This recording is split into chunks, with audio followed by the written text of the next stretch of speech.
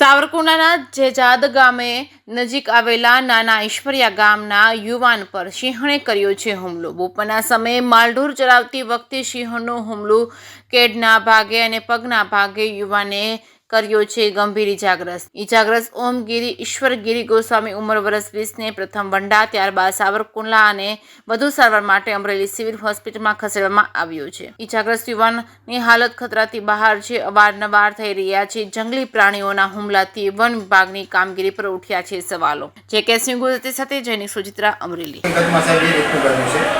અમારે ત્યાં ગૌશાળા છે, ગૌશાળામાં અમે એની ગૌ ચરાવતો હતો, હું મારી બહેન ચરાવતો હતો। એટલે આ ભાઈ અચાનક એ રીતના આમ ફરીને ઊભા હતા, અચાનક શેણે આવીને પાછળ ત્યાં પકડી લીધી।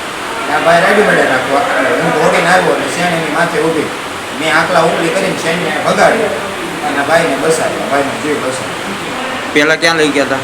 પહેલાં વંડા લઈ ગયા, વંડાવાળા ઇન્જેક્શન માર્યા અને સાવરકુંડલા આવ્યો, એટલે સાવરકુંડલા ઇન્જેક્શન મારી ટ્રીટમેન્ટ કરીને અમરેલી આવ્યો, ગયો ત્યારે અમરેલી હોસ્પિટલમાં છે। અને ક્યાં ક્યાં ઈજા કરી છે? ઈજા આપણે આંખળના ભાગમાં કરી છે, એના કડના ભાગમાં આગળ કરી છે અને હું બસાવો કે મને આગળના ભાગમાં હથેળીના ભાગમાં।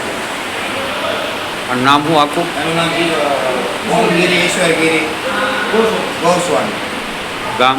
ગામ જેજાદ, તાલુકો સાવરકુંડલા, જિલ્લો અમરેલી।